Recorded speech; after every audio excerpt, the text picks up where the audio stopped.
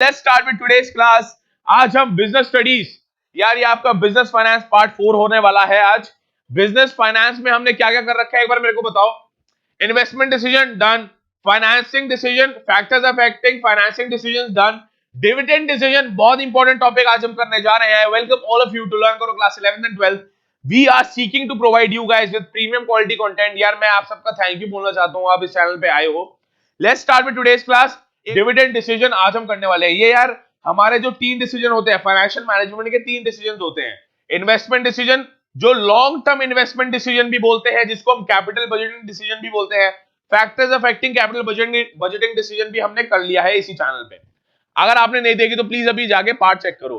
Financing decision क्या होता है, फाइनेंसिंग डिसीजन के फैक्टर्स अफेक्टिंग फाइनेंसिंग डिसीजन ये भी हमने कर लिया है। और लास्ट आज हम करने वाले हैं डिविडेंड डिसीजन क्या है। पहली बात तो जैसे ही वर्ड आए ना डिविडेंड दिमाग में, एक बार जैसे ही डिविडेंड आए दिमाग में, याद रखना डिविडेंड वही है। अगर तुम्हारे डैड ने किसी ना किसी शेयर में इन्वेस्ट करा होगा तो शेयर का कुछ रिटर्न मिलता है। जिस भी कंपनी में शेयर्स खरीदे होंगे वो कंपनी शेयर होल्डर्स को कुछ ना कुछ क्या देती है, डिविडेंड देती है। वो कंपनी शेयर्स को कुछ ना कुछ देती है डिविडेंड। तो ये हमेशा याद रखना, एक कंपनी के पॉइंट ऑफ व्यू से समझना कि एक कंपनी को डिविडेंड अपने शेयर होल्डर्स में देने चाहिए या नहीं देने चाहिए, बस इतनी सी कहानी है। उसके बाद फैक्टर्स तो हम पढ़ेंगे ही, पर मीनिंग अगर समझना ना बहुत लेमन टर्म्स में, तो ये है डिविडेंड हमें शेयर होल्डर्स को इस साल डिविडेंड देना चाहिए या नहीं देना चाहिए।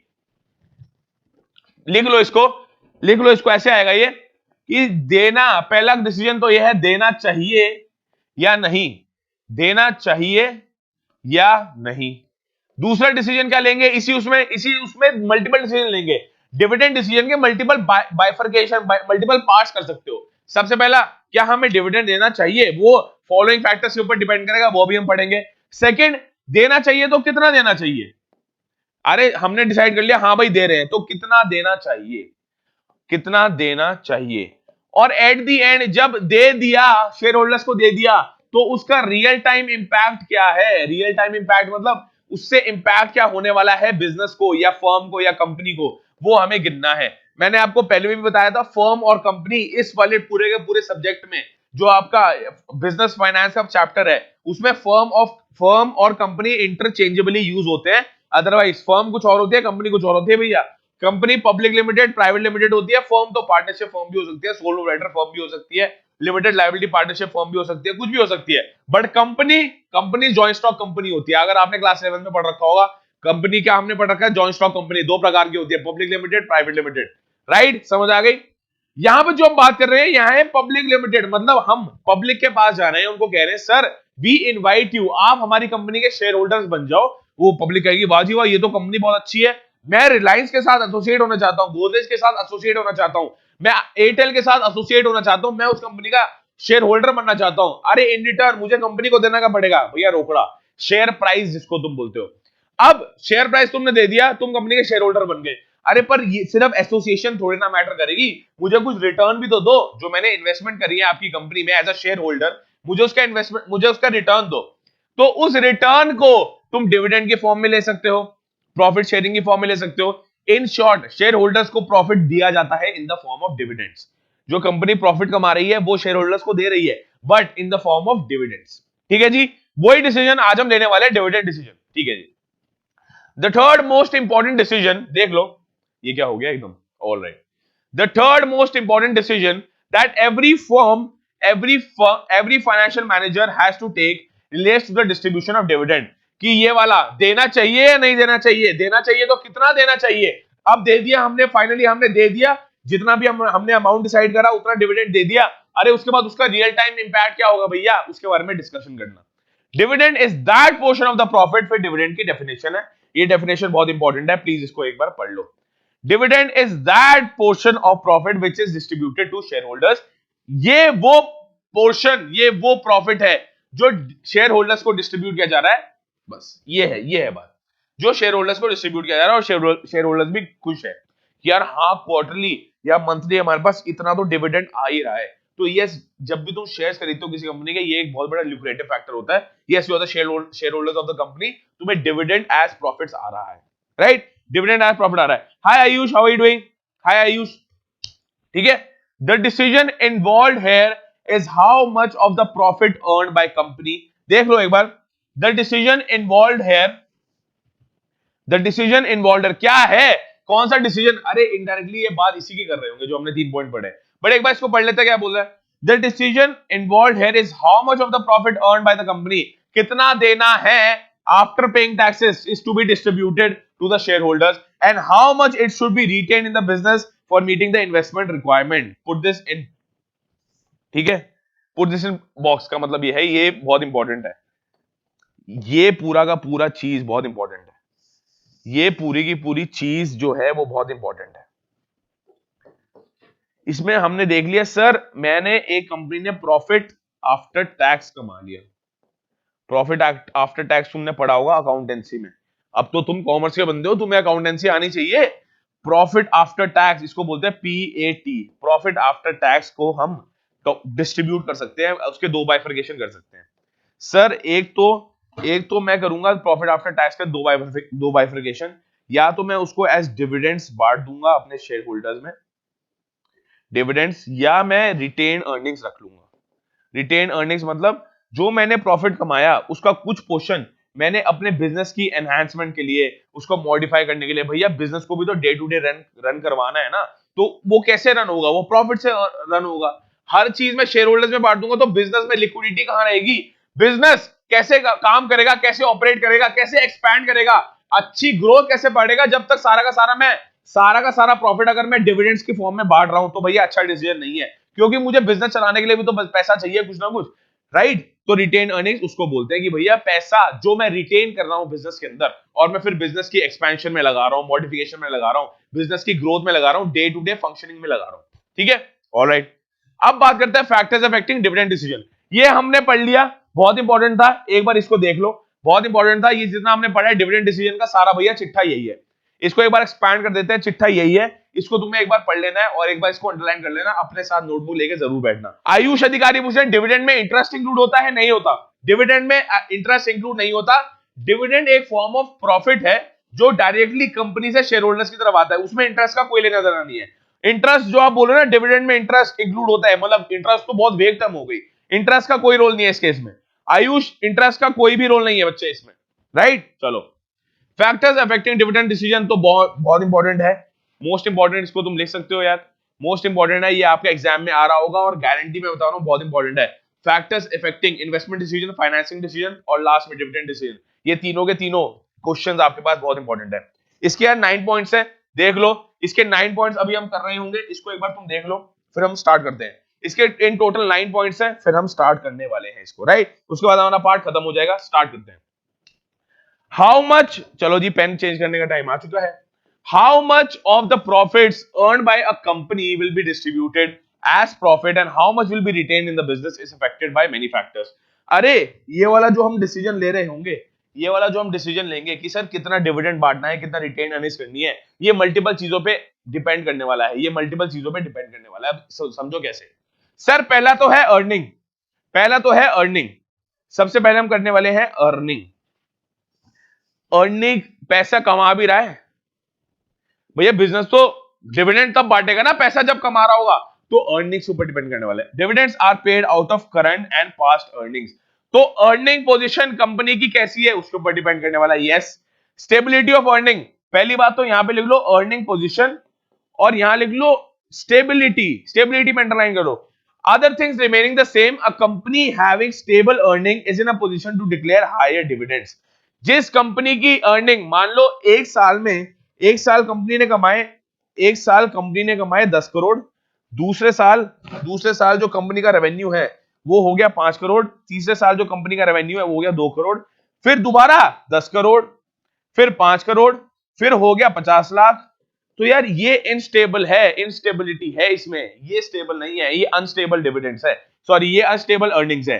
इस केस में 10 5 2, 10 5 50 लाख, इस केस में जो कंपनी की पोजीशन होगी, कंपनी की स्टेबिलिटी ऑफ अर्निंग्स इतनी अच्छी नहीं है तो वो डिविडेंड्स देने के लायक भी नहीं है। और यही मैं कहूं सर 10 5 10 8 10 9, ये थोड़ा फिर भी कंपैरेटिवली, ये फिर भी थोड़ा कंपैरेटिवली स्टेबल तुम अर्निंग ऐसे डिक्लेयर कर सकते हो। कंसिस्टेंट होनी चाहिए, स्टेबल होनी चाहिए। ये नहीं कि पता नहीं लग रहा कि सर अगले साल ये कंपनी कमाएगी पैसा या नहीं कमाएगी, इस साल तो प्रॉफिट में आ गई, क्या पता अगले साल लॉस में चला जाए, तो यार यू नेवर नो। तो इस केस में आपको समझना पड़ेगा कि कंसिस्टेंट होनी चाहिए और स्टेबल होनी चाहिए, ठीक है जी। स्टेबिलिटी ऑफ डिविडेंड्स, अब हमने बात करी सबसे पहली स्टेबिलिटी ऑफ अर्निंग्स, ठीक है जी, कर ली। स्टेबिलिटी ऑफ अर्निंग्स की बात कर ली, अब स्टेबिलिटी ऑफ डिविडेंड्स की बात करते हैं। It has been found that the company generally follow a policy of stabilising dividend per share. कभी भी तुम्हारे पास किसी भी शेयर के ऊपर डिविडेंड आ रहा होगा तो ऐसे नहीं आ रहा होगा, सर पहले हम देने वाले 10 रुपीज पर शेयर डिविडेंड, फिर अगले साल आपको देंगे 100 रुपए पर शेयर डिविडेंड। देखो ये होता है, पर ये बहुत वर्स्ट के सिनेरियो में होता है, मतलब बहुत एक्सट्रीम सिचुएशन में होता है। अब टेस्ला का शेयर, आपने न्यूज अगर सुनी होगी आजकल, टेस्ला का मालिक भाई साहब एलॉन मस्क साहब बन गया हमारे richest man in the world. Richest man in the world, अभी मैंने एक रिसेंट न्यूज सुनी थी, वो ट्रिलियनर बन गए हैं। बिलियनर नहीं है वो ट्रिलियनर बन गए हैं। ट्रिलियन ट्रिलियन डॉलर्स आ गए उनके पास, ट्रिलियनर बनने वाले हैं। तो भाई साहब उनकी कंपनी के डिविडेंड्स और प्राइस बहुत एक्सपोनेंशियली राइज हो गया है। बट ऐसे हर कंपनी के साथ नॉर्मली नहीं चलता, ऐसा हर कंपनी के साथ नॉर्मली नहीं चलता। तुम समझ रहे हो मेरी बात? तो इस केस में आपको स्टेबिलिटी ऑफ डिविडेंड्स, आपको स्टेबिलिटी ऑफ डिविडेंड्स पॉलिसी के हिसाब से फॉलो करनी पड़ती है, उस हिसाब से हमारा डिविडेंड डिसीजन भी इंपैक्ट होता है। चलो जी, बिल्कुल सही है बात, बिल्कुल सही है बात, ठीक है। अब हम आ गए हैं नेक्स्ट टॉपिक पे, ग्रोथ अपॉर्चुनिटीज। ग्रोथ अपॉर्चुनिटीज क्या है? Companies having good growth opportunities retain more money out of their earnings so as to finance the required investment. जिस कंपनी को स्टार्ट करना है, जिस कंपनी ने अभी मेनली स्टार्ट किया है, जिस कंपनी को ग्रोथ अपॉर्चुनिटी एक्सपैंड करना है, पैन इंडिया इंटरनेशनल लेवल पे एक्सपैंड करना है, अपनी मल्टीपल ब्रांचेस खोलनी है, अपनी मल्टीपल फ्रेंचाइजी खोलनी है, उसको यार ऑब्वियसली पता होगा कि यार हमें ज्यादा, जितना भी हमने प्रॉफिट्स कमाए उसमें से हमें ज्यादा अपने पास सेव करना पड़ेगा, क्योंकि हमें आगे ऑपरेशन में काम आने वाला है। जितनी ज्यादा ग्रोथ एक कंपनी को अचीव करनी है, उतनी ज्यादा उसको रिटेन अर्निंग्स करनी पड़ेगी। अब हमेशा हमने याद रखा जी कि प्रॉफिट आफ्टर टैक्स के दो कंपोनेंट्स है, रिटेन अर्निंग्स और यहां पे हमने पढ़ा था कि डिविडेंड्स बांट देंगे। अब जब रिटर्न अर्निंग्स मेजर पोर्शन में जा रहा है तो ऑब्वियसली डिविडेंड डिसीजन जो होगा वो इंपैक्ट करेगा और डिविडेंड हम कम डिस्ट्रीब्यूट कर रहे होंगे। तो यस, ग्रोथ अपॉर्चुनिटीज पे हम बात करते हैं, राइट, बात हो गई है हमारी। अब बात करते हैं cash flow position. Sir cash आ भी रहा है, कैश फ्लो पोजीशन बहुत ज्यादा मैटर करती है। Dividends involve and outflow of cash. Dividends क्या है सर? आउटफ्लो है। और यहां पे कैश का मतलब सिर्फ करेंसी नहीं है, कैश का मतलब है कि मनी ट्रांसफर हो रहा है या नहीं हो रहा। अब तुम्हारे पास जब कंपनी तुम्हें शेयर्स के पैसे देती है या शेयर्स का डिविडेंड देती है, वो कोई तुम्हारे पास कैश लेके थोड़ा ना आती है ना, तुम कैश लेके लेने जा सकते हो उनके पास, वो तो तुम्हारे बैंक अकाउंट में जमा करवा देती है भैया पैसे, कि तुम्हारे बैंक अकाउंट में हो गए हैं क्रेडिट। बट भैया डेबिट तो हुए हैं, डेबिट किसके अकाउंट से हुआ है? कंपनी के अकाउंट से। तो वो क्या है? आउटफ्लो ऑफ कैश है। यहाँ पे कैश का मतलब कैश इक्विवेलेंट तुम मान लो, कैश और बैंक यहाँ पे सेम ही बात है।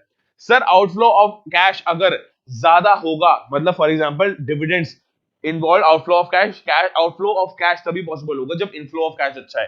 तो कैश फ्लो पोजीशन वही तो बताती है, कैश फ्लो पोजीशन ये बताती है इनफ्लो कितना है कैश का, आउटफ्लो कितना है। डिविडेंड क्या बोलता है? आउटफ्लो ऑफ कैश होता है, dividend is outflow of cash. A company में भी profitable but short on cash. एक पॉसिबिलिटी ऐसी हो सकती है कि यार हमारी कंपनी तो प्रॉफिटेबल है, प्रॉफिट्स कमा रही है, बट कैश नहीं है उसके पास देने के लिए, बैंक में पैसे नहीं है देने के लिए, या जैसी वो प्रॉफिट्स कमा रही है एकदम किसी और प्रोजेक्ट में इन्वेस्ट कर रही है फॉर फ्यूचर ग्रोथ या for future opportunities to diversify its business. तो यार प्रॉफिटेबल होना अलग बात है, कैश होना अलग बात है। अगर कैश अच्छा होगा तभी हम डिविडेंड देंगे, क्योंकि डिविडेंड बोलता है कैश की आउटफ्लो करने वाले हो। कैश की आउटफ्लो तो तब होगी जब एम्पल कैश अवेलेबल होगा हमारे पास। तो कैश फ्लो पोजीशन बहुत मैटर करने वाली है, राइट।